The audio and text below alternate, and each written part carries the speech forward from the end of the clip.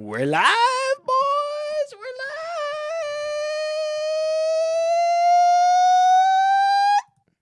I don't We're hear back. any music.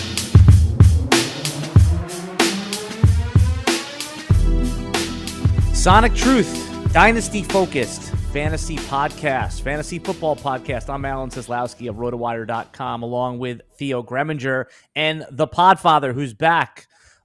You can hear the Sonic Truth every week on the PlayerProfiler fantasy football podcast stream. Guys, the band is back together. You know, we missed you, Podfather. You haven't done the Sonic Truth in a few weeks. I mean, are you going to be back in Dynasty mode here for our Bold Predictions podcast? I'm all the way back, man. I'm fresh. I'm excited. I'm energized. But full disclosure, you know, we won't be doing the show every week. In July and August, the show goes to every other week. This has been forever. This is not a new precedent. This is how the show schedule operates. And then starting in September, we're once a month. And there's good reason for that, right, Theo? Because at the end, I mean, fantasy football is played in basically 3 or 4-week seasons, right? And for Dynasty, we want to take a look at the data that we collect over the first month of the season and then recommend what our Dynasty moves are. Yeah, it's certainly not quite as pressing. I would say sometimes your dynasty rosters, you don't want to be as reactionary as we have to be in the off season, and I think that the 2 a month makes a little more sense. But I am going to miss talking to Alan every single week and hearing the Alan stories. So maybe we could get some good ones in like the DM, so I get my weekly fill in, Alan. You can call me anytime you want. We can have a lot of conversation. I can tell you about my exploits as I'm headed off to Vegas next week. So I'll have a fresh batch of for the RotoWire annual trip is going there. We'll be at the Circus Sports Hotel. For anyone that's down there in next week, come say hello. And for RotoWire football, I mean, this is the time, right? This is go time for RotoWire football. That's why Alan can't just be like giving us, a show every week. He works for RotoWire, people. Go to RotoWire.com, and a lot of the content you'll see is actually from the mind of Alan Seslowsky. He's been very generous with his time, and he's been a great host of the show. I mean, I'm not going to say, because I have too much respect for Nate Liss, I'm not going to say that the show hasn't missed a beat. That's not a cliche I'm going to use. It's just a different show. It's a different show. But the show is in good hands. And the show is doing great. I mean, look at me.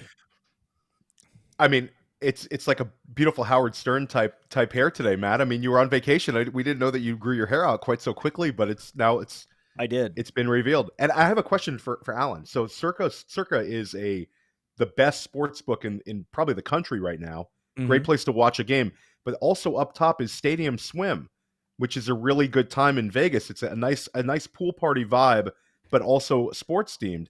Alan, what are we doing about the back hair situation? Oh no, I'm going. Are you completely waxed? Do you no, have waxing neither. scheduled?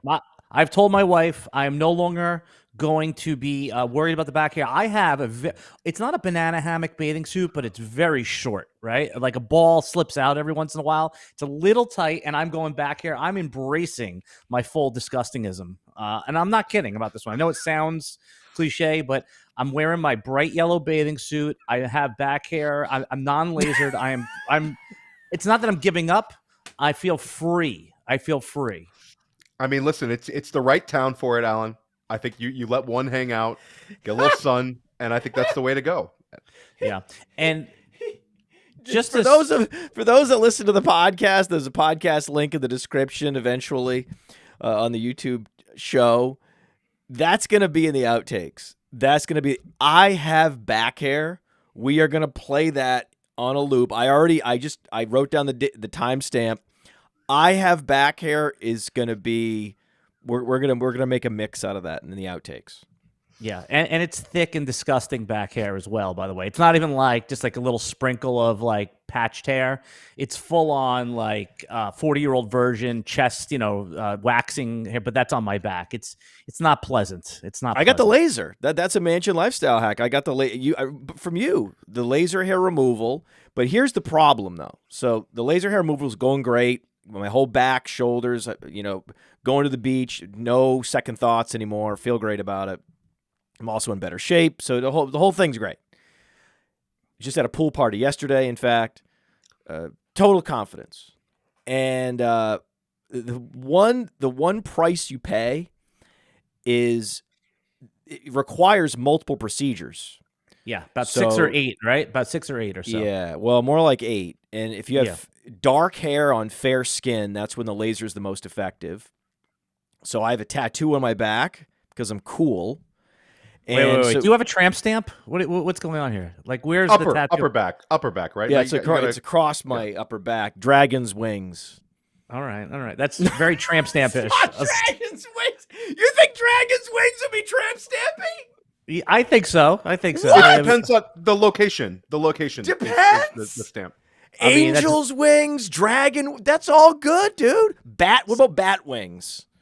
It's a little gay. Bat wings wouldn't. I don't think I could do bat wings. But not that gay is a bad thing, by the way. Not that gay is not. a bad thing. No, but it's beautiful. Of course not. Of course. But what? I can't. Wow. Okay. So yes, I don't have any wings, but I think that your definition of tramp stamp, that I probably do have a tramp stamp in that case. You have like Chinese writing on like the base of your back. That's the quintessential tramp stamp, right? A tattoo I almost got was a barcode with my social security number. That's bad. Which is one of the dumber ideas. Thank God I didn't do it. I mean, thank God. So I had a bunch of bad tattoo ideas in college. Identity thief's dream tattoo. I know, right? Literally, like they're gonna kill you and open up credit card accounts. Why would you do that? Yeah. I had a buddy who had the worst tattoo ever. He had the Playboy bunny on his right shoulder. I mean, that is like literally the worst tattoo I've ever seen. Yeah, not a good look for a man. Not a good look for a man. Yeah, it was some bad decisions. I'm actually fine with my tattoo, partly because I can't see it. So they can't laser that section. You have to go to an electrolysis. You have to go to a separate service and get that done. And also, I have starting to have gray hairs. So one of my tips for the audience is, if you are considering going down this road, sooner the better before they start turning gray. Because you also have to go to the electrolysis to get the gray hairs removed. So it's a step-by-step process. And I'm at the step now where I'm phasing out the laser. It's almost done. The last few appointments, they turn the power all the way up. So basically it's like, 8 sessions, and then every other session they turn it up a little bit. So I'm now at maximum. And I was like, I could smell the burning hair, and it was starting to really hurt, like a real snap of an elastic on your skin. Because the first few I could barely feel it. And I was like, so is this the same machine that we used before? And she was like, yeah, we're near the end, so we turn it up to full blast. So, we were really proud of you, right? And I was like, well, what am I going to do? What am I going to scream? Am I going to run away? I mean, I'm here. I'm doing this thing. We're at the end. It's just pain. Of course, I'm just going to, take it. What's the alternative to just sitting there and taking it? I know it all too well. I went through it myself, but the end result was worth it. For like 6-7 years, I didn't have a single hair on there. It does come back little by little. Well, it sounds like it's come back all the way to a full-blown carpet again. Exaggeration for clarification, but it's not pleasant. It's not pleasant. But 7 years we're talking about. 6-7 years of literally nothing. And then, you're supposed to go back for an annual maintenance. That's what you're supposed to do. I did not do that. Yeah, you're supposed to do that for a lot of things. Laser eye surgery. You're supposed to go back for a maintenance. I didn't do that. Now I can't see shit. Yeah. Theo looks very hairless to me. I'm telling you, I think Theo's got the genetics. Theo's got the hairless genetics. We've had this conversation. The third on the. This is not a repeat. This is a new discussion, guys. Theo, come clean. That for the hardcore. Come clean. Is your bush blonde? No, it is not blonde. I do not have a blonde hair across my body. It's kind of like an auburn Brown throughout, Alan. And, Pull one out. Let's see. Pull one out. It's kind of an Auburn Brown throughout. Can we clip that as well? That's another detail for the outtakes. Oh my God! Mail you some strands. Yeah, mail me a sample in a plastic bag, please. I want to the Seslowsky residence. Yeah. This show is disgusting in all the right ways. I'm loving it. I am loving it. Just to circle back before we go into our bold predictions, our Dynasty bold predictions, guys, is that what we're doing today? Yeah, we're doing Dynasty bold predictions. Ooh. And let's define what a bold prediction is, because bold predictions are fun if they're done the right way. Just yelling out that, Laquan Treadwell will finish as a top 10 wide receiver, that's not a bold prediction. It's silly, right? So what we're going to do is we're going to define bold prediction. Laquan Treadwell. Exactly. He's that still would be bold. That would be bold. Just making my point that there's zero chance that happens, right? There's no chance. Yes. He's on some roster. No, here's a better one. Better example. Gabriel Davis finishes as a top 10 receiver. I mean, that's impossible. That's not possible because he's so bad. Well, let's define what a bold prediction is. We're going to call it an 80th percentile, 85th percentile outcome. Something that is not likely, but we could tell a story right now where it's plausible and it's the ultimate upside outcome of a player. So I think that because the bold predictions are fun and silly and entertaining, right, Theo? But if we can give a plausible story how it is possible, there is actionable Dynasty intel with these bold predictions. No, these are not silly, right? They need to be bold, very bold, but not silly. All right. Yes. So why don't we start off right away? We'll start with Theo. We're each going to give 2 or 3, maybe 4 bold predictions. And Theo, but before we get your first bold prediction for the Dynasty bold prediction for 2023, we're going to take a short break and a word from the FFPC. People always ask me, hey, what is the World Series of fantasy or the Super Bowl of fantasy football? And it's easy. It's the FFPC, the Fantasy Football Players Championship. It's a $6 million prize pool. And they've had their Never Too Early Best Ball leagues cranking since February. So the FFPC is the answer to so many questions. Hey, where's the best place to get a Dynasty Orphan? Well, you can adopt a Dynasty Orphan at the FFPC. That's why we partner with them. If you want to play fantasy football for low, medium, high stakes, seasonal, best ball, Dynasty, go to the FFPC. And don't forget, promo code Underworld to get you $25 off your first team. $25 off your first team, no matter what team it is, no matter what format it is, at the FFPC. Go do it. All right, the Sonic Truth continues with our bold predictions for Dynasty Fantasy Football. I'm Alan Seslowsky of RotoWire.com, along with Theo Gremminger, and of course the Podfather from PlayerProfiler. And Theo, start us off with a bold prediction, and then it better be, just let you know, if it's not bold enough, I'm going to crush you. If it's too bold, we're going to crush you. So I have a feeling you understand the exercise. I'm not sure my other friend to my left understands, but go ahead. This is a bold one, but this is not outside the realm of possibilities. I think this is an actionable one. Joe Burrow finishes as QB1 overall this season, and the Cincinnati Bengals are the offense that just goes insane. And I'll take it a step further. I think Joe Burrow throws 50 touchdown passes this season. He's passed for 34, 35. Now he's entering his true prime. His weapons last year, he managed to throw 35 touchdown passes despite missing Jahmyr Chase for a extended period of time. This year, Burrow goes nuts. I think he touches Patrick Mahomes' 50. He exceeds Aaron Rodgers' 48 from a few years back. He does not get to Peyton Manning's 55, but he'll get to 50. He'll be the MVP of the league. And I think I'll take it a step further. Jahmyr Chase is going to average 20 points per game this year. He'll finish as wide receiver 1 or wide receiver 2. He'll be a top 2 wide receiver. T. Higgins has his best season yet as a pro, finishes inside the top 10. And Tyler Boyd, the forgotten man, just off the strength of the offense, finishes as a wide receiver 3, which is not bold, but it is going to beat his ADP. And Joe Mixon last year set his career receptions total, broke it. And I think this year he breaks last year's. I think that the Bengals take a big step forward. Matt Kelly has talked about the AFC North becoming slightly more shootout-ish. Slightly. There's going to be exceedingly more. I still think Pittsburgh wants to take the air out of the football, but I think that those Good Cincinnati luck. How can they take the air Baltimore, out of the football when they're down 20? That's a good point. But I think it's Cincinnati this year. Joe Burrow, go draft some Bengals. Burrow's not cheap right now, but he can be an auto pick for you. You can get the same kind of production you get from the big three with Joe Burrow in the 4th round of redraft. And in dynasty leagues, Joe Burrow is the quarterback you want to take in your startups. He's discounted versus the big three, especially in single quarterback.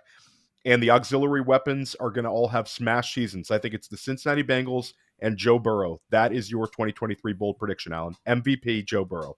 Can I add to that? Absolutely. Okay. By the end of this NFL season, Joe Burrow will be ranked ahead of Josh Allen in Dynasty. I think that's all right, guys. This is a great prediction, but we're off to a bad start. This is not bold. Joe Burrow is the second favorite to be MVP on FanDuel and DraftKings. 50 touchdown passes, Allen, would be 15 more than his career. That was the boldest 50 part. touchdown passes. Yeah, that was the boldest part. But Joe Burrow, MVP, is likely. That's a chalk play. Whoa, but what Joe Burrow being ranked ahead of Josh Allen, isn't that bold or not? That's bold. That's bolder. Okay, that's bolder. that but was it's still 50-50. But the 50 touchdowns, that was bold. The MVP though is on the strength of them winning a lot of games. Though it's not necessarily him. It's not necessarily him being this Peyton Manning, Patrick Mahomes like output. I think Joe Burrow is going to be the QB1 overall this year in fantasy. He's going to be a 50 touchdown pass scorer. Like, Alan, this is bold. This is not unbold to go up 15 touchdown passes. This is a good take. It's not a bold take. Oh, man. How about that? I'm feeling really good. I will say my takes are bolder than this one, and I'm very happy. All right. Let me give you an example. I'll just give you my first one. We don't have to go into a whole thing. You can come up. But this was one of my bold takes, okay? 80th percentile outcome. And Anthony Richardson, the rookie quarterback on the Colts, will outproduce in fantasy points one of the big 4 quarterbacks, including Joe Burrow. That's a bold take, right? Cam Newton, top 3 quarterback his rookie season. There's a lot of similarities between Cam Newton's game and Anthony Richardson. So, bold take, Anthony Richardson this season will have more fantasy points than either Mahomes, Allen, or Hurts. It's a bet on the rushing production and him finding the end zone a lot, Alan. So this is also an anti-Jonathan Taylor take too, in a sense, because you're not gonna the Colts offense cannot. I don't think the Colts offense can support a top 5 quarterback and a top 5 running back. I don't like this. I don't like this prediction at all because it's self-evident that Anthony Richardson has this incredible upside. It's like, hey, Allen, congratulations. You just found a guy with incredible upside. Wow. Tell us more about Anthony Richardson. We haven't heard about his upside for the last 4 months. Right? But the idea that without an injury, that he's going to outproduce Josh Allen, Joe Burrow, Patrick Mahomes, Jalen Hurts, any of those guys is absurd. It's not possible. It's just not possible given his receivers, given the offense that he's operating in, which is a Jonathan Taylor-centric offense, the fact that he's a rookie. It's not 80th percentile. It's like it'd have to be like 98th percentile. And the way that you get the argument that it might be like 88th percentile is the injury risk to a Josh Allen in particular, because a couple of these guys that are in the top 5 are rushing quarterbacks. That's really what you're doing, is you're playing an injury probability game on the rushing quarterbacks that are in the top 5, and shame on you. I think it's a cowardly take. I prefer Theo's, and you trying to give us some learning, teachable moment that this is how you do bold predictions is the wrong message to send to the children of America. Well, here you go. Lamar Jackson, his first full season as a starter, was being drafted as the QB16. He finished as QB1. Patrick Mahomes, his first full season as a starter. He's a rookie. It's not the first full season as a starter. That's why. If Anthony Richardson goes through the process of evolving and developing and growing and getting acclimated to the league, then he will be ready the next year to make a reasonable leap into that tier. But to say that it's possible for a rookie quarterback to do this in this environment when Cam Newton became a top 5 quarterback as a rookie. QB3. Look at the other quarterbacks that were in the league. Like Aaron was Brady, Rodgers, Stafford, Matt Ryan. Yes, get it. No, it was Brady, Manning, and Rodgers. Drew Brees. And in those seasons, remember those were the years that Rodgers was getting shoulder injuries and hamstring injuries, devastating hamstring injuries that were costing him half the season.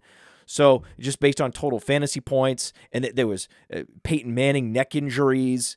So and beyond those, including Breeze, beyond those 4 guys, it was straightforward to break into the top 5. Andy Dalton was a top 5 quarterback. You said Matt Ryan.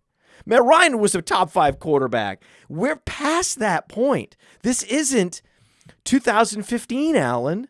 This is every kind of wrong. What you're doing is a fake bold prediction that makes it look like, oh, this is how you do it. This is how you hit the center of the Venn diagram. When what you're actually doing is setting people up to overdraft, especially in redraft, a rookie quarterback. I mean, especially in redraft leagues, seasonal leagues that are super flex.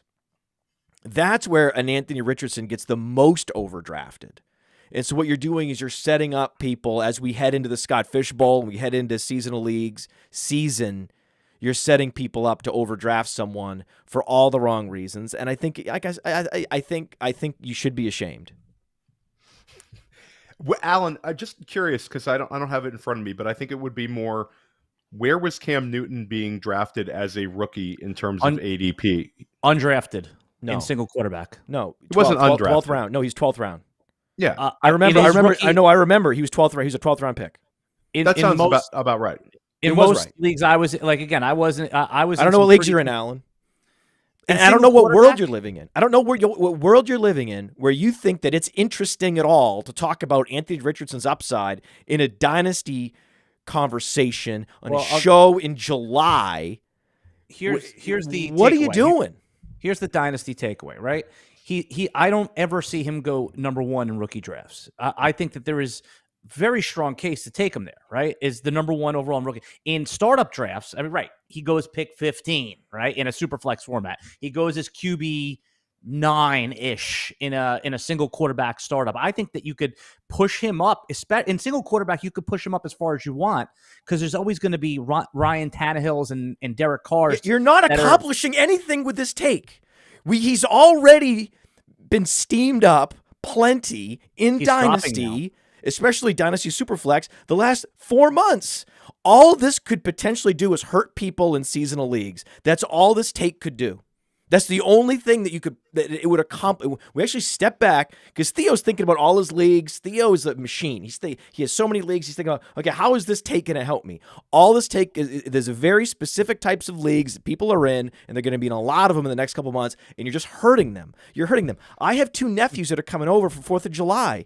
I have a nephew that's 8 years old, Alan, and he's coming over, and he listens to the show. He watches the show on YouTube, and what is he doing? He's watching the Sonic Truth podcast. He's going to listen to this take and thinks that this is a good bold prediction. You better. I'm embarrassed.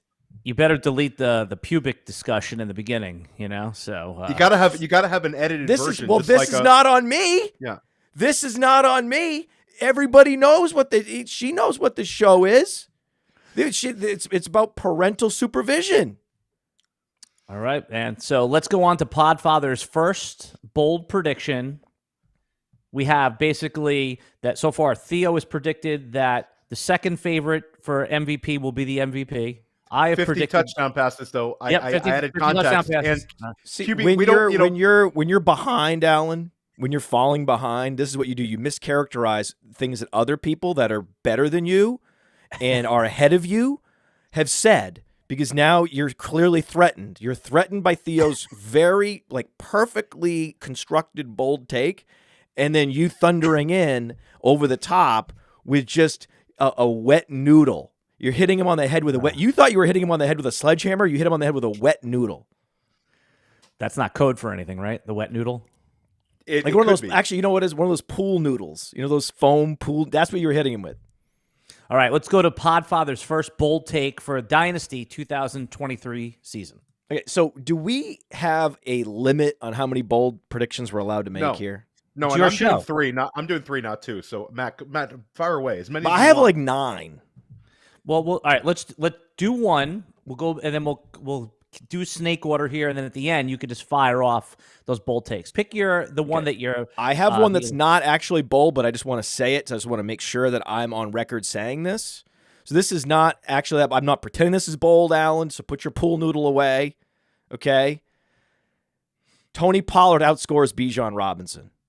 That's just a thing that everybody needs to know is going to happen. It feels bold-ish because Bijan's a mid-first round pick in seasonal leagues and Pollard's going end of the second, early third.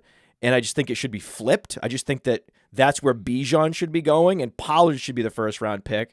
And everybody's got it wrong. It seems like it's all right in front of us. Tony Pollard's right in front of us as a first round smash, potential RB1 overall, and yet nobody is acknowledging it. So it's A, Pollard outscores Bijan Robinson. That's the more sort of straightforward, easy to defend position that I think is like a 50th percentile outcome. And then the 90th percentile outcome, if not 95th percentile outcome, is that he finishes at the RB1 overall. That he's better than McCaffrey, he's better than Eckler, he's better than everybody. We'll put that I love it. I actually had I did this back RB1 Back to the Future article, which I'm actually updating. I did it before the NFL draft. You'll find it on Player Profiler again. And Tony Pollard is one of the guys that is like the candidates for RB1 overall this year. And I think that what's interesting though, Matt, is we have to take a leap of faith in terms of the targets going way, way, way up for him to hit this. Like he needs to have 80 targets, 85 targets, because I don't think that Tony Pollard is the kind of guy that's going to get more than 225 carries. So I'm with you. He's extremely efficient, but we need Mike McCarthy to just take a look at what he has and realize that Tony Pollard is his second best weapon besides CeeDee Lamb, and they need to get the ball in his hands over and over and over and over again for this to hit. But I'm with you. This could absolutely happen. Pollard is fantastic. Okay. So he is going to soak up Dalton Schultz targets. He is going to soak up the few Ezekiel Elliott targets, and that's how he's going to get there, right? He had 55 targets last year. It's going to go up to 75 plus this year. That's that's easy math, and he's also potentially could lead the league in touchdowns. Like he's got the size. The thing with Tony Pollard is he's 210 pounds. He can be used in the red zone. He has been used in the red zone, and yards per route run 1.82 was top 5 in the NFL among running backs. That's one of the key metrics to look at when you look at his target rate, when you look at his target share, when you look at his yards per route run. It was all exceptional. He is an exceptional receiver. He was an exceptional receiver back at Memphis. This was the whole thing, was that this is a satellite back to complement Ezekiel Elliott, and then it turns out, oh no, he's actually even much more explosive between the tackles. He was top 5 in breakaway run rate. He was top 5 in production premium. I mean, he was top 5 in all these key efficiency metrics that we look at for running backs, and then the team jettisons the veteran that he was playing with and doesn't replace him, and this is a team that could lead the league in points scored. One of the best offenses in the sport. And it's so straightforward. I remember, this was 7 years ago. I was thinking about fantasy football deeply, and I just wrote down an equation. I said, efficiency plus opportunity equals fantasy points. I wrote that formula down. That's my formula, right? I put it. If I put it on board, I would have won a Nobel Prize. Okay. Yeah. So that's what this is. It's just staring you right in the face. But no. Here's what I'm going to do instead. Here's what I'm doing instead with my galaxy-sized brain and haircut is I'm going to go ahead and draft a rookie on the Falcons instead. Rounds earlier. Like, it is one of the most insane ADP comparisons, even though they're not that far apart, right? Even though it's like 15 they are picks. far apart. No, when you get that part of the draft, 6 picks is like 3 rounds in the later rounds. Right, but yeah, it's a relatively huge distance, those 15 picks at the very beginning of the draft, but on a 1-for-1 basis as integers, it's no different than the ADP difference between Rashad Bateman and Rondale Moore. But it's like it's such a chasm in actual fantasy drafts where you can get these guys, and it's just backwards. It's the backwards, wrong thinking ADP, and it's no surprise, right? It's no surprise that the guy that has the most juiced up ADP in Bijan is a top 10 pick, and Tony Pollard was a day 3 pick. And this is always where the greatest value disparities are, because fantasy gamers can never really walk away from that draft capital until it's too late. Which takes me to the next bold prediction. Well, before you go there, I think that, and Theo, I think you could attest to this in some of the high stakes markets. I still believe the market believes that one of the veteran running backs are going to sign in Dallas. Now, that may not have an impact, but once we see Leonard Fournette hypothetically sign with New England and Zeke hypothetically sign with Cincinnati, I'm just making this up, and it's very evident to the drafting market that Pollard is not going to have anyone besides Ronald Jones and Malik Davis, I think that correction that you identified is actually going to become a reality. Yeah, I think that's going to be it. I think that the second round will be like Tony Pollard will settle in somewhere between like 18 and 20 in redraft, and it'll be like I think that your values are going to happen right now. I know for the Hardway draft, which is a draft I do with Billy Muzio and Abibag Batoba and Dan Williamson of the GOAT District and Dwayne McFarland's in that. We did that earlier in the year. I took Pollard at 15. I took Bijan at 9, and then I took Pollard at 15. And I think I could have 2 top 5 running backs with that start, because that group, like super sharp drafters, are taking Pollard now for all the reasons Matt said. And I'll add one thing to Matt's RB1 outlook is it's a 1-year deal right now. And so like the Cowboys giving the ball to Pollard until he falls apart is also sadly in the range of outcomes for him long term. Like this is the year. And he's only has 550 career carries. So unlike some of the other backs that people are betting on, he doesn't have that tread on the tire. He has the injury, but he's recovered from it. So this could be like the year where it's a perfect storm. Matt talked about 75 targets. I think it could get north of that, but we need him to get to 225, 230 carries, because explosive is great, but you need the volume there. So it's I think it's great. I think like Pollard is an incredible talent, and it's a guy that we should be a part of our draft plans. I see Jason in the chat. Change the name of this podcast from Bold Takes to Chalk Takes, Jason. Just make that YouTube correction real quick. It's very nice. RB1 overall, though. He added context with RB1 overall, though, Alan. Yeah, RB1 overall for Tony Pollard. I wasn't. I started this by saying this wasn't my actual bold prediction. Yeah, I just, right? But this is what he's got. Tony Pollard could have a 2013 Jamal Charles season. That's what I'm looking for. 5 yards a carry, over 1,200 rushing yards, 600 plus receiving yards, and just 20 touchdowns. Just 20 That's it. Just 20. That's all. Just 20 touchdowns. Only 20. So the draft capital is very sticky, too sticky. It's been one of my great complaints going all the way back to those 8 years ago, 7 years ago, when I was making that Nobel Prize winning formula. It's no E equals MC squared. I'll tell you that. It's up there. So tell me if this is bold enough. I mean, this is bold enough. Okay, so I don't care what out. This is bold. Okay, Kenneth Gainwell outscores DeAndre Swift. Now we're talking shop here. What's the case? The case is that Kenneth Gainwell is just a better football player. Kenneth Gainwell had his role turned up when it mattered most in the playoffs. And as of right now, as of this moment, what DeAndre Swift is in the league is a journeyman running back who couldn't finish out his first contract, who was flipped for a late-round pick exchange. That's what he is. That's how NFL teams see him. Now, his efficiency metrics are excellent. They're just like Tony Pollard. But the problem is no one wants to play him. He's had the size and the draft capital that Tony Pollard lacked and the organizational commitment that Tony Pollard lacked in the beginning of his career. And so these are the inverse players.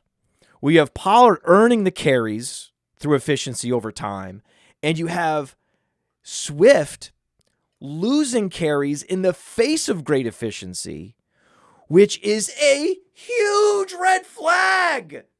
In the NFL, it's a giant red flag.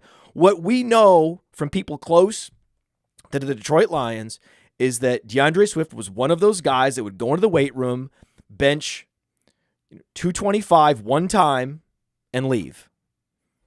That is not a culture fit for a lot of teams. But if you have Jalen Hurts, you can draft whoever you want. You can draft people that are drag racing in college. You can draft people that have suspensions. You can draft players that other teams don't want because they're not the right work ethic culture fit. And you can just bring in the talent. You can just hoard all the talent because Jalen Hurts will fix everybody, right? He will get all the players rowing together except DeAndre Swift. I don't think DeAndre Swift is fixable. And I think that as camp plays out and training camp plays out, what this is a band of brothers. That's the thing the metrics can never pinpoint, is the band of brothers nature that is the NFL. And when I see Nick Sirianni going in front of the press with a Kenneth Gainwell t-shirt on, that tells me, and then I see him, marginalizing Miles Sanders, who was top 5 in the NFL in rushing yards in the playoffs. If Kenneth Gainwell was a day 2 pick, everyone, like Devon A-Chain, everyone would be seeing this as a glass half full, right? And he's 10 pounds heavier than A-Chain. And he was a prolific runner between the tackles at Memphis. 1,500 plus rushing yards. He's the same size as Austin Eckler. He's at that age when Austin Eckler finally broke out. So these are two ships passing in the night. Gainwell's heading in the positive direction, and Swift's heading in the wrong direction. All right, bold call right there. Let's go with and I don't hate that one. We have to get Matt like a University of Memphis gear. You got to wear like a University of Memphis like jersey. You're on Pollard. You're on Gainwell. Is the next bold prediction Gibson, Antonio right? Don't forget about Gibson. Yep. We're gonna go Gibson next. And guess who I was fading? Guess who I've always faded forever? Even last year, Billy trying to talk me into this guy, and I was like, maybe for a couple weeks. Is it Robinson? Are you gonna say Brian Robinson? Darrell Henderson. Oh, Darrell Henderson. Darrell Henderson's a Memphis running back, and I could never figure it out because he wasn't a strong receiver at Memphis, right? And we know that Kenneth Gainwell has an incredible, and this is the year. This is the year when you've been putting all the work in the gym and you've been getting your body ready to play in the league and command a 50+% opportunity share like Austin Eckler. It takes time, man. Very few Christian McCaffreys exist. Most of the players that are around 200 pounds, it takes them 2-3 years to get fully acclimated, get their body ready to be a workhorse. Kenneth Gainwell is in that position right now. I will say that Kenneth Gainwell is such an auto pick for, we're not supposed to talk about other formats, Alan, but he's one of the best ball values out there because like Matt said, Sirianni has an affinity for him. Even if Matt's wrong and Swift has a big year, you're still going to have a bunch of Gainwell games that are going to help you a lot. So I think he's got contingent upside. He's a very good player, and he's a Nick Sirianni favorite, and it's arguably the best offense in the league. So drafting Gainwell in all formats is definitely something you should listen to on this one, regardless of whether you agree with the take or not. Yeah, and I just like bold predictions around big offenses. That's why Theo has the right idea, where let's take an offense and see how far we can take this thing.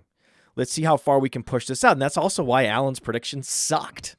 Because he embedded in his prediction is a bullish Colts call. And that's just not happening. Yeah. So get out of here. Get out of here. So I have one more. I have one more prediction. Well, hold on. We're gonna come back to. We got a lot. We're gonna come back. We're gonna come back. This is these are my running back. You're trying to tie them all positionally. They're all together. Matt. They're all. This is a batch. This is a unit. This is a 3-pack of bold predictions. Okay. Ty Chandler outscores Alexander Mattison. Ooh. Okay. All right. Now we're heating up a little bit with the bold take. A little bit. No. I'm exaggerating. What do I have to do? No, this is good. No, this is good. Okay. It's what you want to do with bold predictions. So this is for the kids. This is for my nephew. Okay. What you want to do is you want to find the players that have undeserved hype, momentum, and steam, and take the steam out of the balloon. That's what you want to do. And that's what I identified with Bijan Robinson. That's what I identified with DeAndre Swift. And that's, of course, what I've identified with Alexander Mattison. I mean, so the worst dynasty touts are the ones that are getting all behind Alexander Mattison. It was the most obvious thing that they were going to walk away from Dalvin Cook, right? It wasn't 100%, but it was highly likely. So it's like, oh, who's the next guy on the depth chart? Oh, must be Alexander Mattison. Oh, I'm going to tout this guy. Right? No. Alexander Mattison is a cardboard cutout, average at everything running back that's just good enough to put in for a couple games and not embarrass the coaches. That is what he is. Whereas Ty Chandler actually has upside. He actually runs a 4.4. He's actually explosive in the passing game. He has some of those Tony Pollard qualities. And the nice thing is that Dwayne McBride was good enough in college as a runner, and he should have gone earlier in the draft. Scouts loved him, but he had a bad interview process during the combine, so he slipped and almost went undrafted. If you're not a special teamer at that point in the draft, it's possible that you could free fall right out, right? We saw that with a couple guys, right? Sean Tucker, right? It's not just the injury. It's are you going to contribute on special teams? But fantasy gamers are wise to this. They see how he dominated as a runner in college, and Dwayne McBride was near the top in a lot of these advanced metrics around tackle breaking. So I understand, but he's still a rookie. He's a late-round rookie, and because he's not active on special teams, and Kenneth Nwangwu is, he's much more likely to be a game day inactive early in the season. And he's going to be behind these guys getting reps in practice, and if and when the team realizes, you know what, having Alexander Mattison out there for workhorse touches is actually hurting our ability to win games because he's not giving us explosive plays, in will step Ty Chandler, and the rest will be history. Back-to-back seasons of sub 4 yards per carry for Alexander Mattison. And last year, this coaching staff, their first year in Minnesota under Kevin O'Connell, he only had 74 rushing attempts. So I think this is like, every year, Matt, you bring up an NL, and I'm going to go to redraft on this one because every single year we get a guy that gets steamed up, and Mike Davis, Myles Gaskin, Alexander Mattison. And Alexander Mattison now is creeping up to like RB20 range. It's not like Alexander Madison's like RB24, RB25. Now it's like Alexander Mattison in arguments against Cam Akers, against Miles Sanders, guys that we've, with talent that we've seen. So, and this is also in Dynasty because these are a same age player, right? Yeah, these guys are all the same age. These guys are mid-20s, and it's like, no. What are we doing? We know that Miles Sanders has real, tangible, above-average skills in the league. Okay?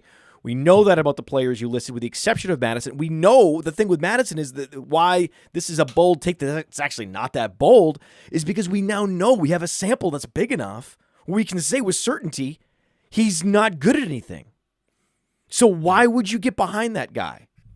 Theo, if you're on the clock in a rookie draft, and let's say it's pick 2.1, and Kendre Miller's sitting there, Devon Achane sitting there, and somebody said to you, hey, Theo, I'm going to give you my pick right now, 2.1. Just give me Alexander Mattison. What do you tell that person in your Dynasty League?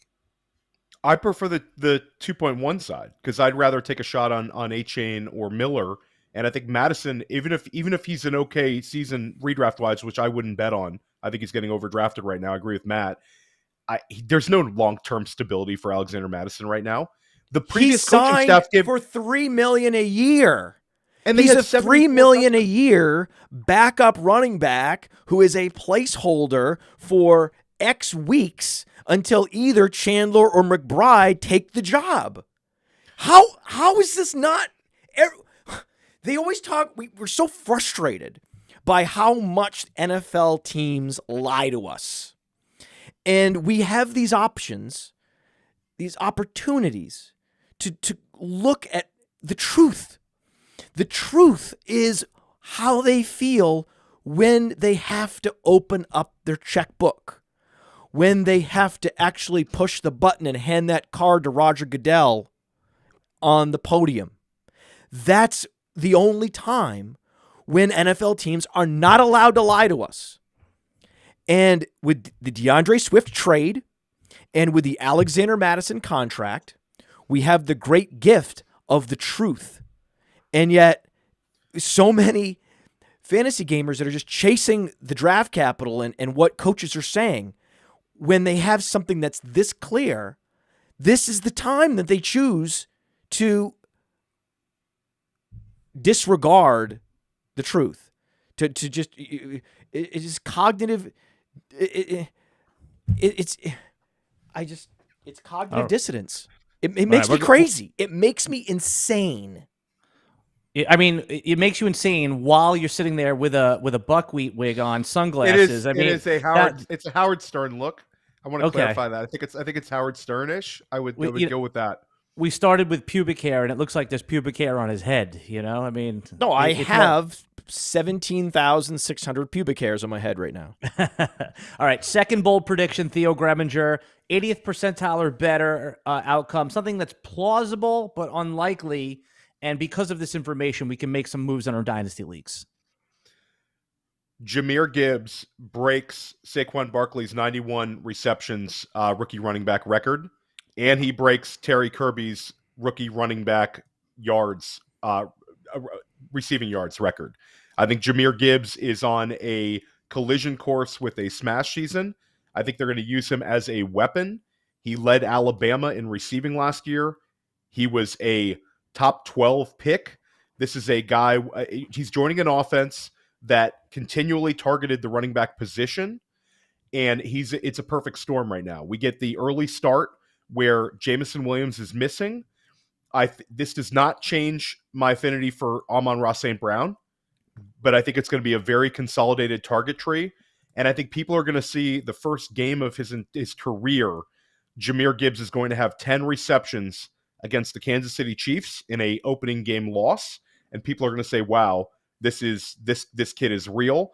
Alan, we talked about the Vegas drafts.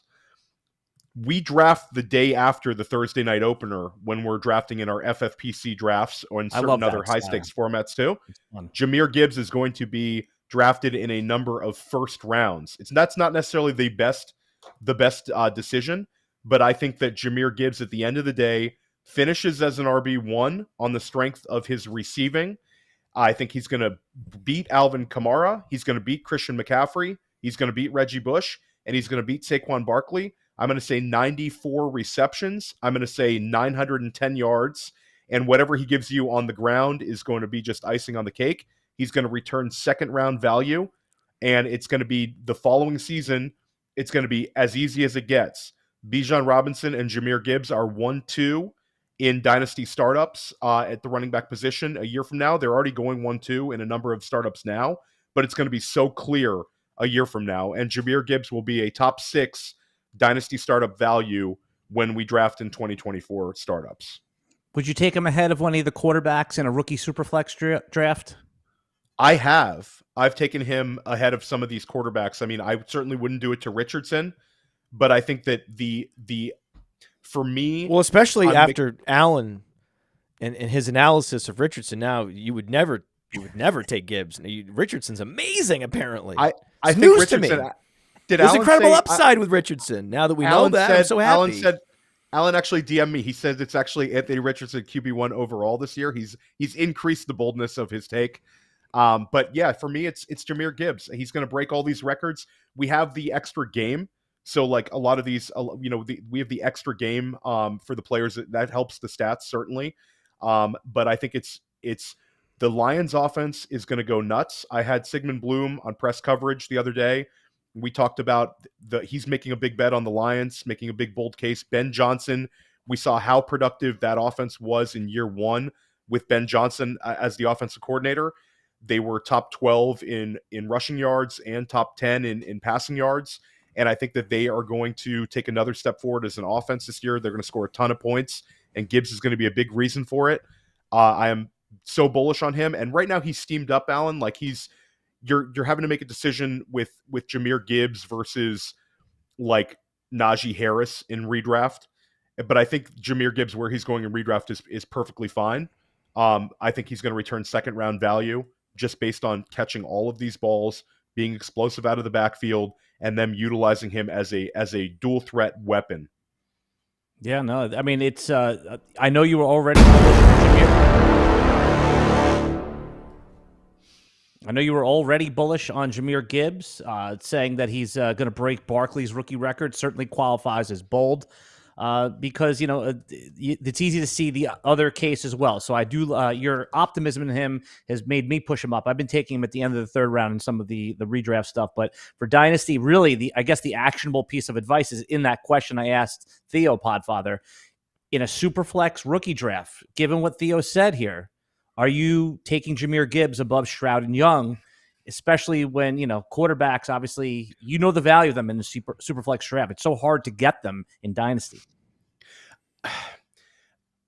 You're absolutely right. I've taken him ahead of CJ Stroud in a rookie draft Superflex. And that team wasn't particularly quarterback needy. I'm not advocating it. I think that I am actually advocating it. I think that Bryce Young's insulated a little bit right now. Theo. I am advocating it. I'm advocating it. I think Jahmyr Gibbs is a weapon. And at the end of the day, we've seen what an Alvin Kamara and a Christian McCaffrey and an Austin Eckler can do for our fantasy teams. This is what Detroit wants out of him. So I see Memphis Young is in the chat. I see people are reacting to this one. I know Memphis Young is big on Jahmyr Gibbs as well. So this is it, guys. This is our opportunity to get the next one. He's expensive, but I think it's going to pay off. Right. I would not pass on a quarterback for a running back like Jahmyr Gibbs. Most likely. Now, you're not going to want to hear this. Well, this is a bold prediction. I know. This is a bold prediction. I mean, you're not going to want to hear this, Theo. You're not going to hear this. In Dynasty, especially Superflex, you had these guys for their career, and when you have an opportunity to take a quarterback drafted 1-2, or especially one we like Stroud, who is prolific and I think is going to have his rushing ability unlocked, no way. No. So one of these two running backs is likely to bust. I know you don't want to hear that. But when we see multiple running backs go in the first round, Melvin Gordon, Todd Gurley, neither busted there. Right? But is anyone that drafted Melvin Gordon over a quarterback really happy they did that? Probably not if the quarterback was any good. But Melvin Gordon did have a top 5 year, right? So one of these players is going to disappoint, right? Almost every first rounder has at least one top 12 season, right? Even Trent Richardson, right? Even Trent Richardson, because they're guaranteed all the touches. The problem is most of these first-round running backs look like Todd Gurley, look like Bijan Robinson, look like Saquon Barkley. It's easier for a running back that doesn't fit the profile of a bell cow to somehow get marginalized, more likely to get injured, more likely to get pushed into a specialist role, more likely to be misused to the point where that drives fantasy gamers nuts, right? Remember with DeAndre Swift, it was just enraged at how much they were giving the ball to Jamal Williams. So I think that there's some danger there. If you want to go take a chance on a rookie running back, make him be Bijan Robinson. That's the profile you need to be chasing in Dynasty in particular, okay? That's why he's such a smash. He can't fail. Really, he can't. I mean, there's like a 20% chance, but it's really, it's highly unlikely. It's a much higher probability that Gibbs fails because he was never a workhorse at the college level. So there is risk there, and sometimes it's difficult to see that risk when all the pieces, I mean, everything, all the way down, like you said, to the Jameson Williams suspension, everything is falling into place. Going all the way back to the TJ Hawkinson trade, right? They're rolling in with a rookie tight end. Like, there's no competition for these short-range targets. It feels like a windfall coming. And I've just seen this many times where you're better off betting on the Bijan at his ADP at cost, knowing that he's much, much less likely to fail. Yeah, I don't think that Theo is disputing. Betting on both. Betting on both. For the record, this is a transfer. We talked about this on the Sonic Truth podcast. This is a transformative year for the running back position and a transformative year for the tight end position in Dynasty. This is the class where I'm betting on both those positions where I can, and it starts at the very, very top.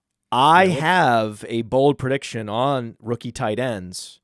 Well, when we later get to in you. the show, later in the show, but also you mentioned press coverage. Yes. What the hell is that? So Press Coverage is my new solo podcast with guests. It is debuted. I had 2 episodes debut on YouTube last week. I had Adam Levitan. I had Sigmund Bloom. I'm trying to have a podcast that doesn't sound like every other podcast going right now. I want actionable questions, actionable advice, and I want to find edges, Matt. I think it's really harder and harder to find edges right now in fantasy football. We have so much great information at sites like PlayerProfiler and at RotoWire that it's getting harder and harder. People have a lot more knowledge coming in, but I think that it's creating a little bit more groupthink, and I want to find edges. That's kind of been my goal with Press Coverage. So I'm going to have interesting guests all summer long. I would love to have both of you guys on Press Coverage at some point.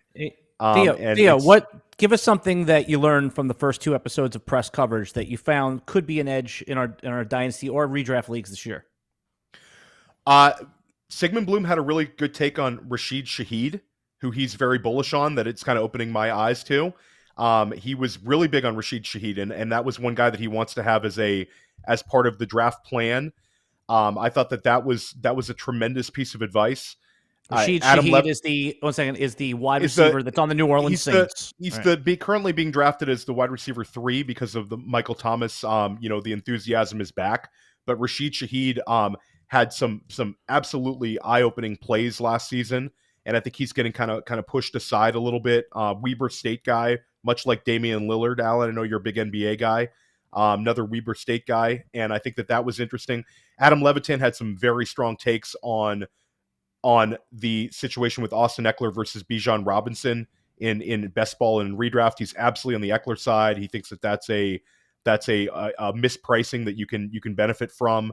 But both guys had just tremendous takes. I'll also add, so that he had an embedded Bijan fade, a Bijan seasonal fade. Absolutely, just like me. It's great minds, great minds. We're gonna put a link to that podcast. The press coverage podcast is going to be in the description. I appreciate that. Yeah, I think you guys will enjoy it, and I've gotten a lot of really good feedback on it.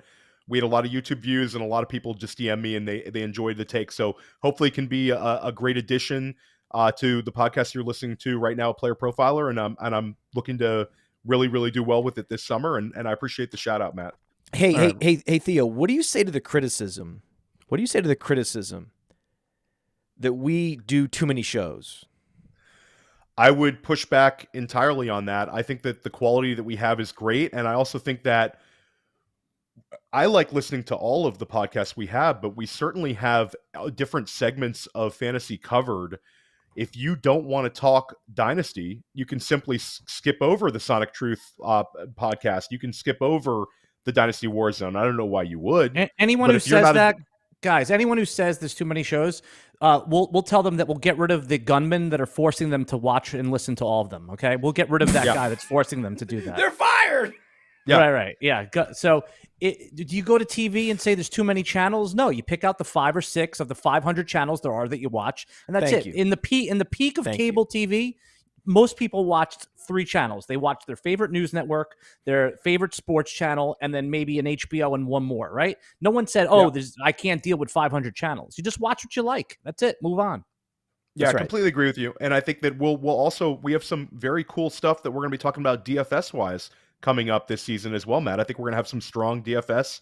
We already have Dynasty covered for you. I mean, I think we're rolling. And the programming partners that we've been able to add have really added to it.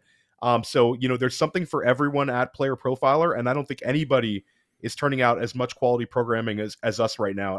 I firmly believe that, and I think it's well. Of course, you're the director of content. Of course, you're going to say that. You're very biased. So get out of here with that. It's like true. HBO. It can be the thing. A biased position and perspective can also be true, and that is true and biased at the same time. And we have the Dynasty Warzone is in the chat of this show. So this is incredibly meta. What I'll say about Rashid Shaheed is I apologize that I wasn't more bullish on him, and there's a reason. He didn't have a 40 time. If he had a 40 time, trust me, if he ran a 4.34 at his pro day, I would have been all over him. I swear to God, he's a undrafted player that went undrafted for all the reasons that we love when we're mining value, and the fact that he was an absolute special teams rock star as both a freshman and a senior is interesting. There is another player that I'm thinking about in the NFL. He went to a small school. He wasn't a first-round pick, and he was a special teams ace, and he was prolific as a freshman and a senior. You know his name? Is his name Tyreek Hill? Cooper Kupp. Cooper Kupp. There you go. Cooper Kupp. So my next bold prediction is that Rashid Shaheed is the next Cooper Kupp. Very good. Very good. Guaranteed to happen. Guaranteed. Lock it in! All right, so we're moving along with our bold predictions, guys. We heard a bunch from Podfather. We heard a couple strong takes from Theo about Joe Burrow and the Bengals offense. And by the way, the actionable intel is you can if you have Patrick Mahomes and believe that Joe Burrow is the next guy, you can get something on top of that. If somebody offered you, Theo, Joe Burrow, a first and a second round rookie pick, and for Patrick Mahomes, I guess you're thinking about it based on that bold prediction. Not saying that you should do that, but maybe there's the actionable intel. If you have one of the elites and you think that he's the next elite, you can tier down into him. All right, guys, here's my next bold prediction. And the purpose of this bold prediction is really just a fade injury optimism.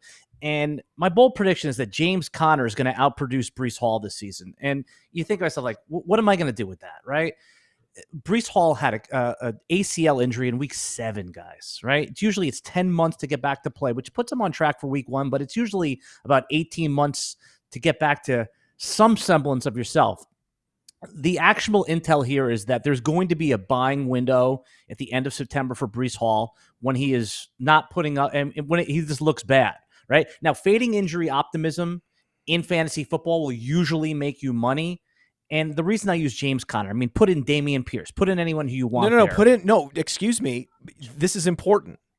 You're putting in a running back who's 28 on the worst offense in the league. They're going to be starting Colt McCoy. So in all those weeks where Breece Hall is either an inactive or is being slowly acclimated, right, and reintroduced and reintegrated into the offense, well, Colt McCoy is going to be the quarterback for James Conner.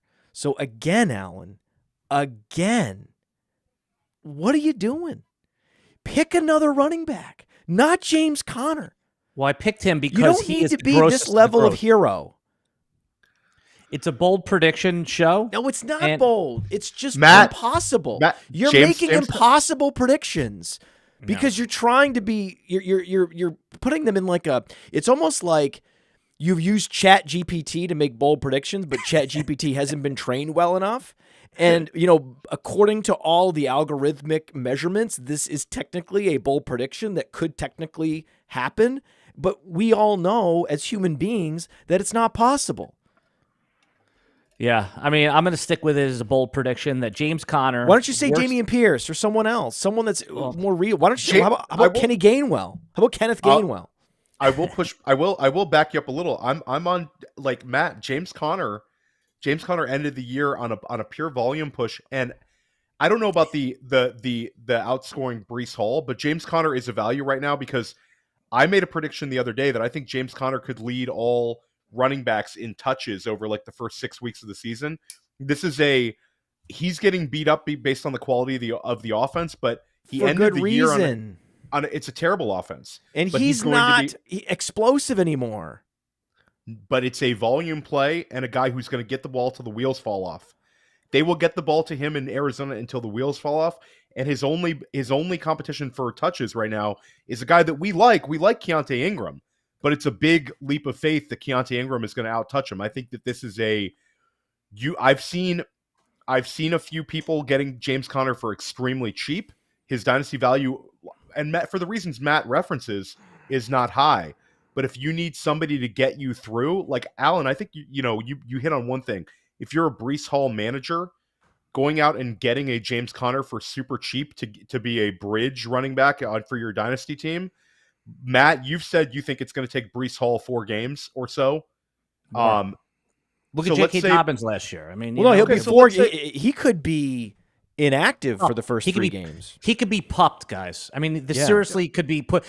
And that counts towards this prediction because right now in best ball drafts, Breece Hall is going in. Doesn't get out of the 3rd round, and sometimes I saw him going in the 2nd round. But let's just call it 3rd round.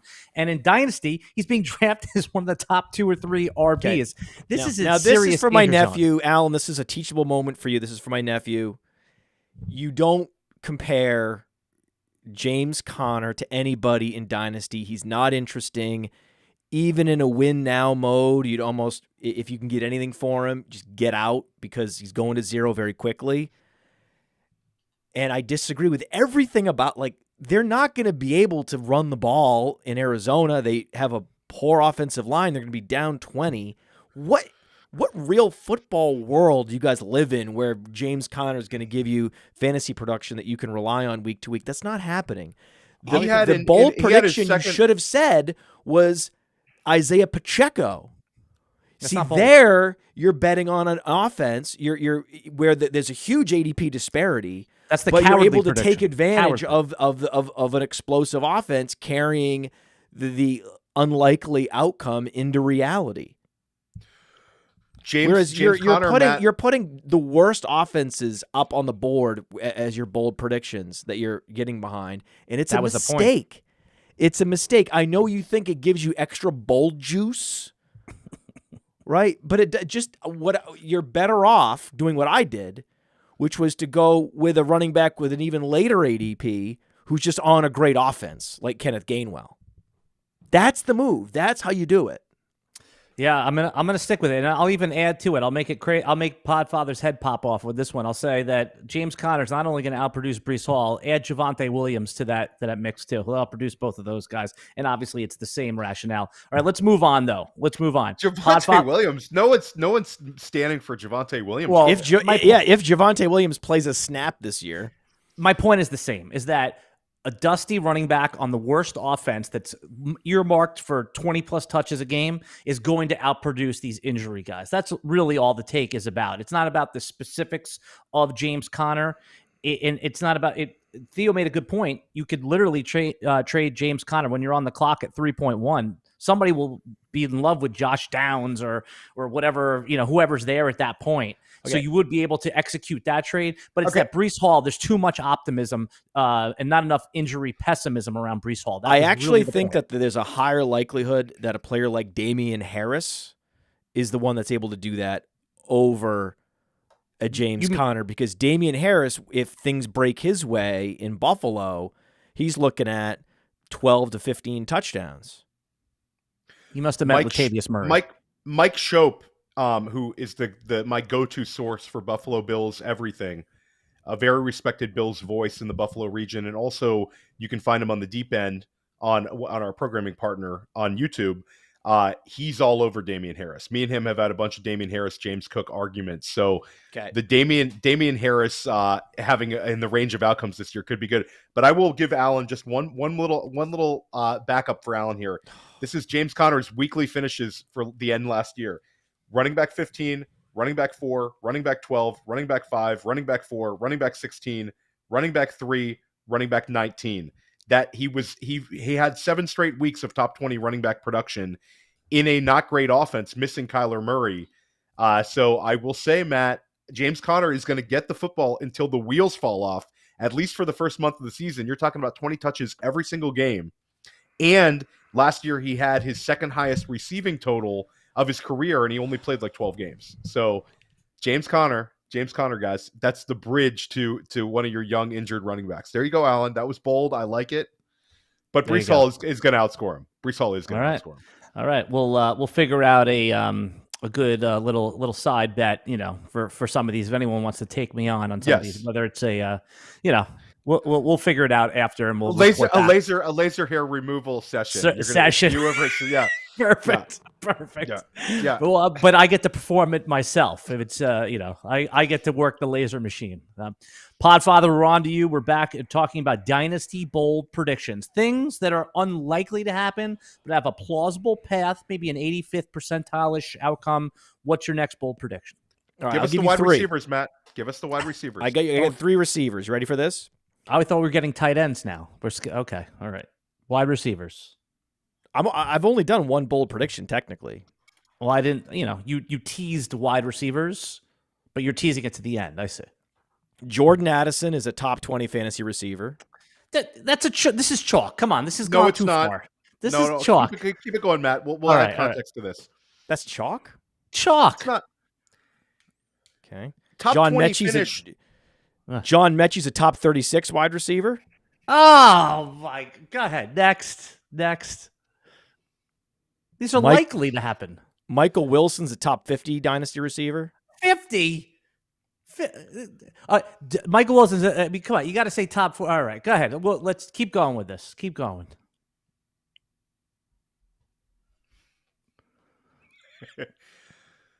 Push him into the top 48. Allen's begging you. He's wide receiver 47 on the year. He's a wide receiver 4, Allen.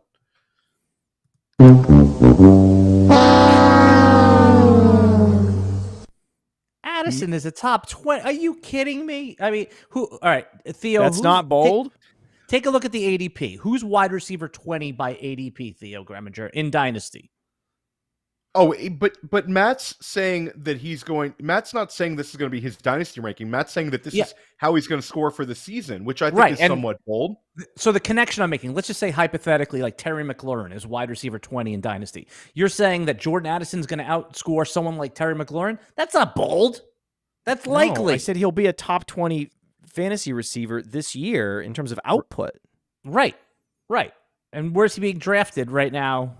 It's not much lower than that. Well, it's at least 3 rounds behind him in FFPC drafts. Like Jordan Addison right now has fallen to the 8th round in FFPCs, and Terry McLaurin's regularly drafted in the 5th. So I'll say that Matt is providing you this is the edges we're trying to look for.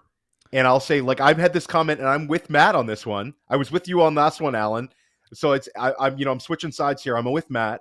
Billy Muzio was on the Allen train and wanted to push back on Jordan Addison's output this year on First Class Fantasy. I said Jordan Addison will finish as a wide receiver 2. I think that it's the writing's on the wall. The situation is right there. Matt. Okay, so sorry, excuse me. I'll make it bolder. He'll be top 19. Now there we're you talking. Go. Yeah, my pushback is not that Jordan Addison won't. It's just that this is not. No bold. Dalvin Cook. No Irv Smith. Yeah, we're in agreement. No Adam Thielen. This is going to be a pass-first offense. This is the Kirk Cousins prolific offense. This is a defense that hasn't been able to stop anybody. They were super lucky with game script last year. They're going to be if that flips it off. If they get some bad bounces of the football and they're down more, be throwing a lot more. Jordan Addison is going to be epic. He's going to be getting the tertiary coverage on every snap, and he's uncoverable. He is uncoverable. And I did a trade, a couple weeks ago now because it's the slowest slow draft of all, and I think I talked about it, but I traded up 1 spot because I wanted to lock in Jordan Addison. I was afraid that the person ahead of me might go with Addison over Quentin Johnston, even though Quentin Johnston was drafted first. Normally I'd take that chance. But for some reason, I just thought, you know what, I can't risk it. So I did a little running back swap, downgraded my running back, trade up one spot, and I locked in Jordan Addison because I think he is going to be so much more productive this year than Quentin Johnston. Is it bold to say that I don't think Quentin Johnston will get to 200 receiving yards?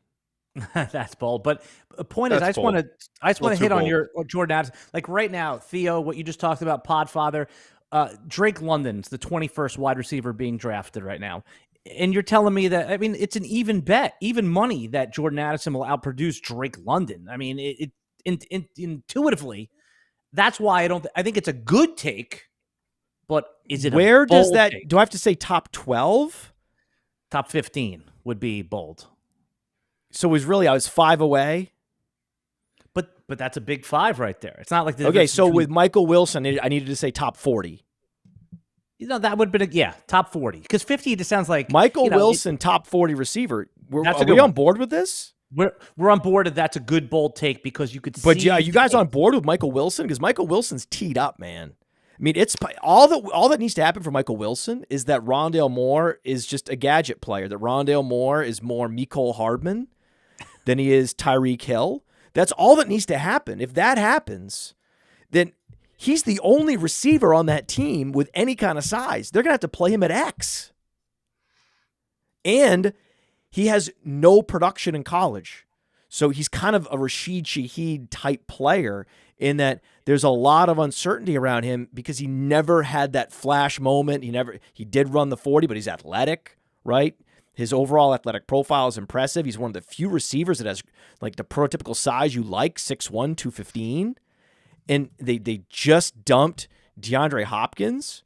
And I was surprised at how Michael Wilson's ADP remained flat post Hopkins dismissal. I mean, the guy had an incredible burst score, 76th percentile, which was eclipsed only by his agility score. For a guy to run a sub 11.0 agility score at 6'1", 215 is exceptional. Almost all the other wide receivers that are in the 80th percentile and above are those small, darty receivers. He's not that. He just happens to have the quickest feet at the Senior Bowl. And again, you're only getting him where you're getting him because he happened to get injured every year in college. But that's not to say he's going to get injured in the pros. I mean, he only played 14 games his last 3 seasons in college. That's how you're getting him at a discount because in his freshman year, he had 84 targets as a freshman. We're on board. He's certainly in a perfect situation. It's so perfect. Marquise Brown's going to be a free agent after this year. I mean, it's a dynasty smash. Yeah. To get me off, to what you have to be at wide receiver to get me off running backs, to get me off the Evan Hulls and the Dwayne McBrides in the 3rd round.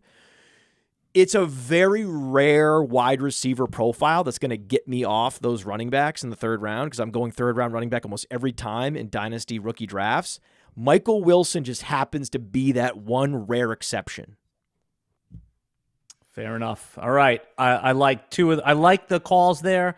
But I want to, give a little bit more boldness to that, but I think we plowed over that. Theo, you're up. Last bold prediction for the 2023 Dynasty season. I had 2 more prepared, but I'll just give you one. I'll give you one. You can lightning round them. Go ahead. So we are already very bullish on the 2022 wide receiver class. I think it's going to be even better than people think. I think we're going to have 5 top 15 wide receiver scorers in the second year this year. And I think we'll have 6 in the top 24. I think it's going to be a dominant year. I think we're looking for players to fade out of that class. I think we want to embrace them, and I think we want to draft them. I think that, Wilson and Olave are going correctly, but I think Drake London's going to beat his ADP. Christian Watson's going to beat his ADP. Treylon Burks is going to beat his ADP. Jahan Dotson's going to beat his ADP.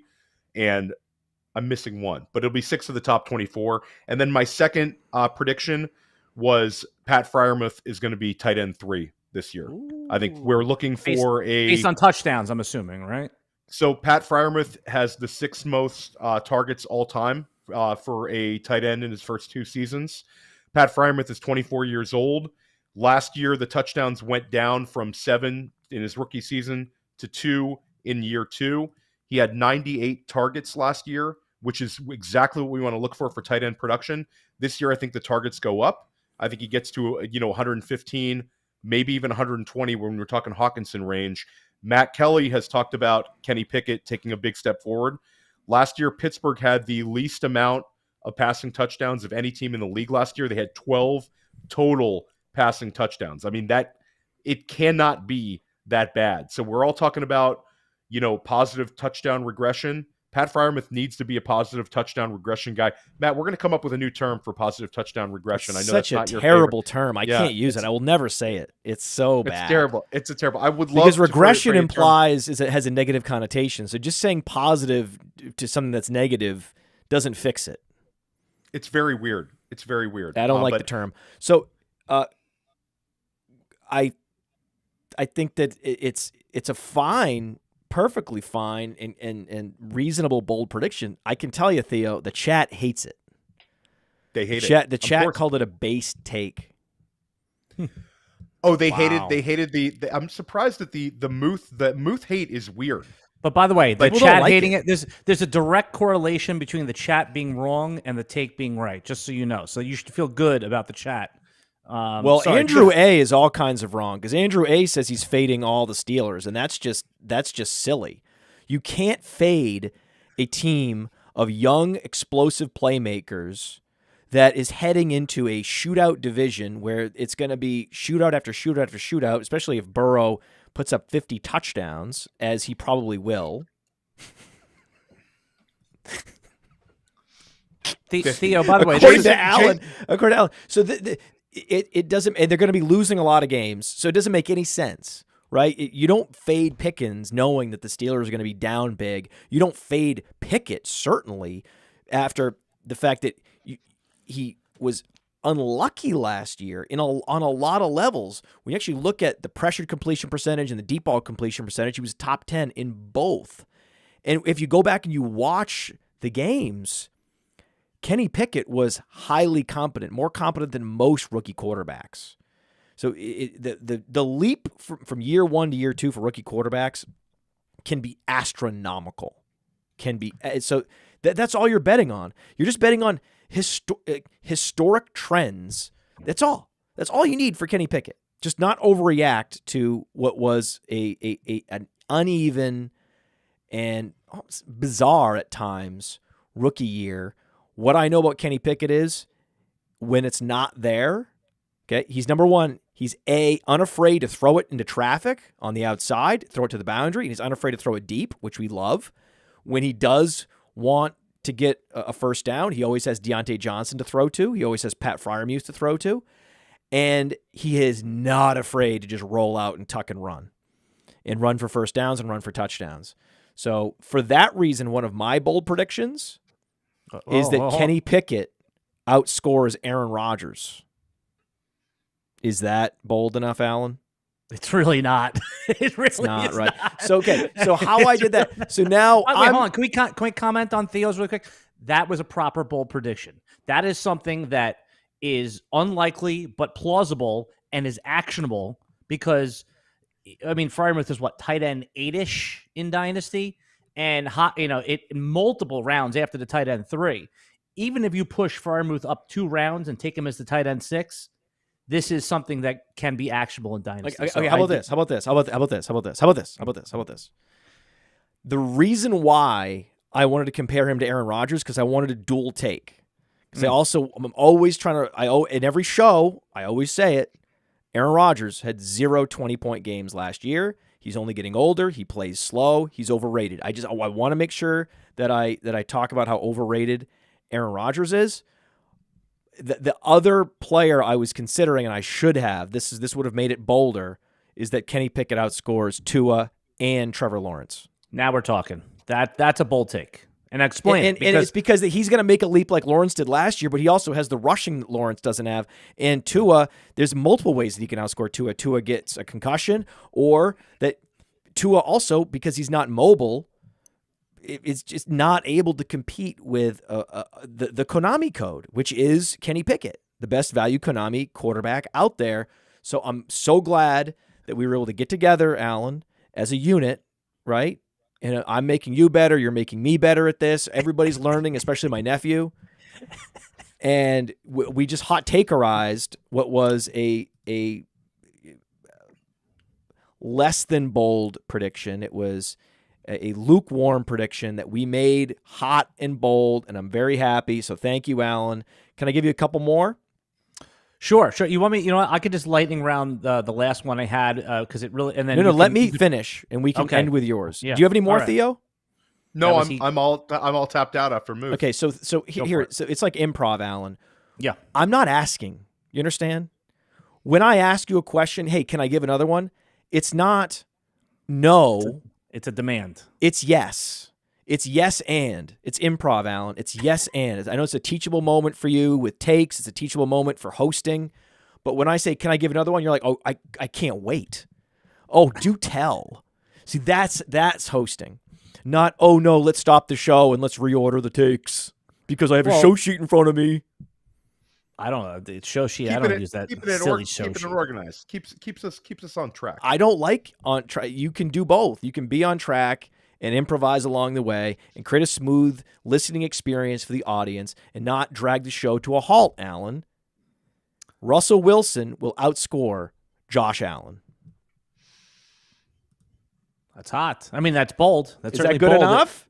Yeah, and it's bold. And, I mean, it's... Woo! We got the Inception sounder!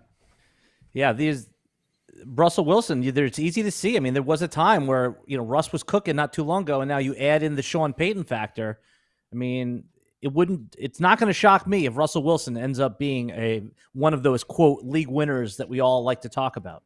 And it's also a shot against Josh Allen that the deterioration of Josh Allen last year was not 100. This is what happens. We do this all the time in football. We want one answer. We want one explanation. We're always looking for this, right?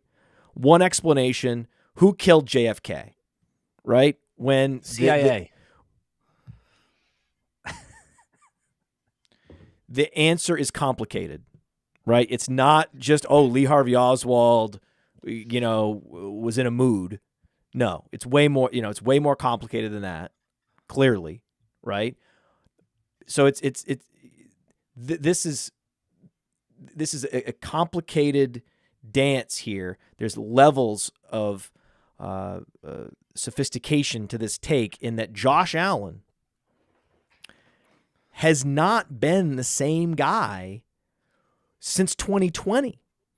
He had the 70% completion percentage in 2020 and then is below 65% every year after that. So it's possible that now with one more year of sample looking back, we're all going to slap our foreheads and go, well, Josh Allen was that erratic quarterback we always thought he was at Wyoming. But it's the rushing yards and Stephon Diggs that are wallpapering over all of these seasons where he's actually not been accurate except 2020. 2020 was that one outlier season. And everyone is like, again, so quick to just rush to, okay, this is the reason why phenomenon X happened was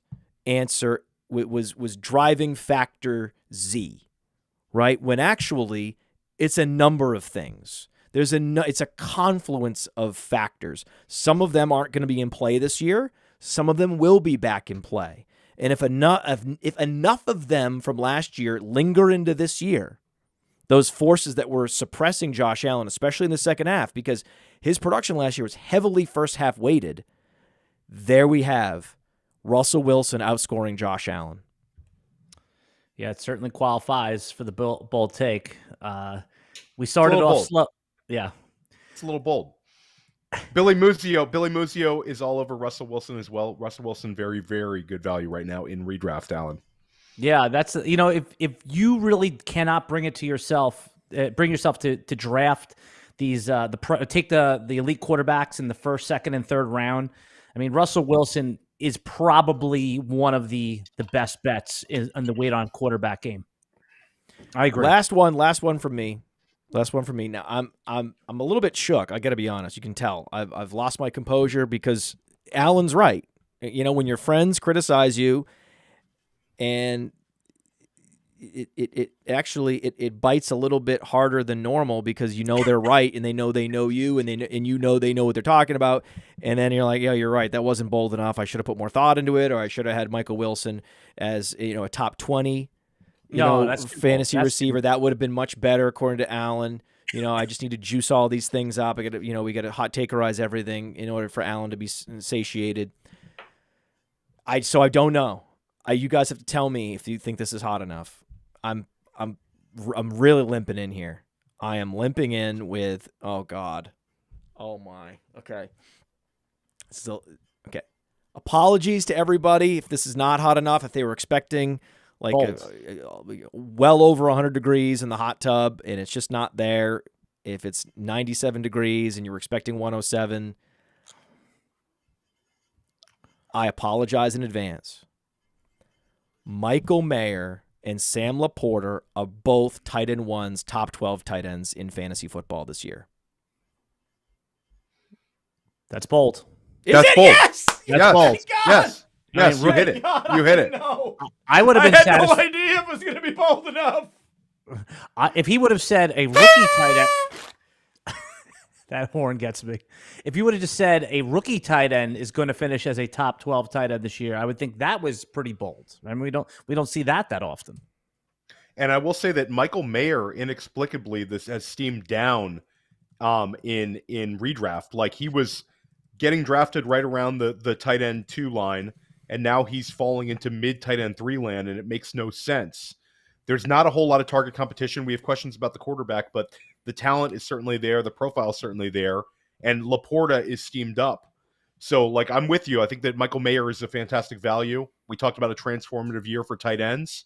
Yeah, what's up with that? LaPorta actually has the Gibbs target competition and the St. Brown target competition in the short and intermediate quadrants.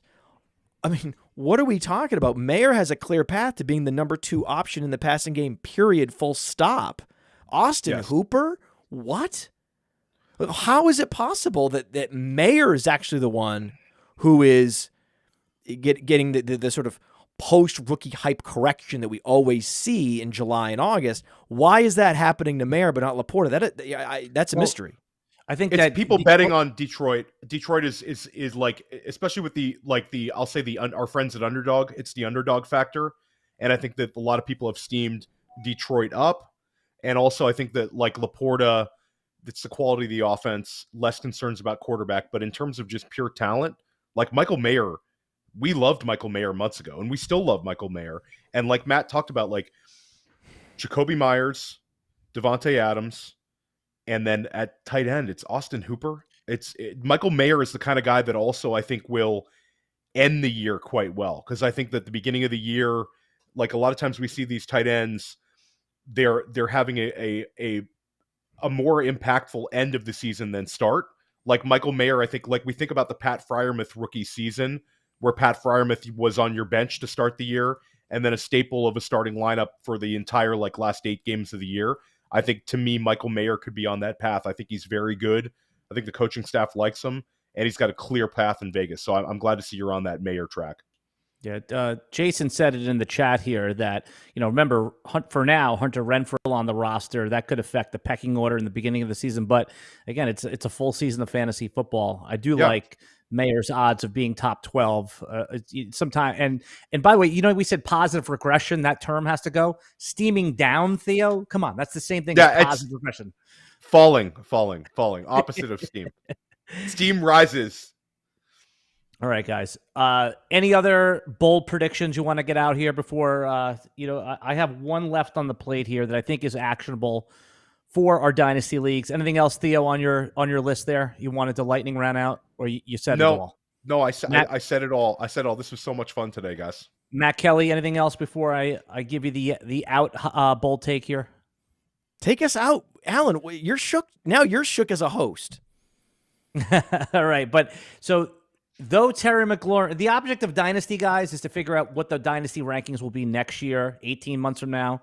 And though Terry McLaurin is going well ahead of Jahan Dotson in our Dynasty leagues, it is so obvious, but it needs to be classified as a bold take that in next year's Dynasty startups, Jahan Dotson will have a richer ADP than Terry McLaurin.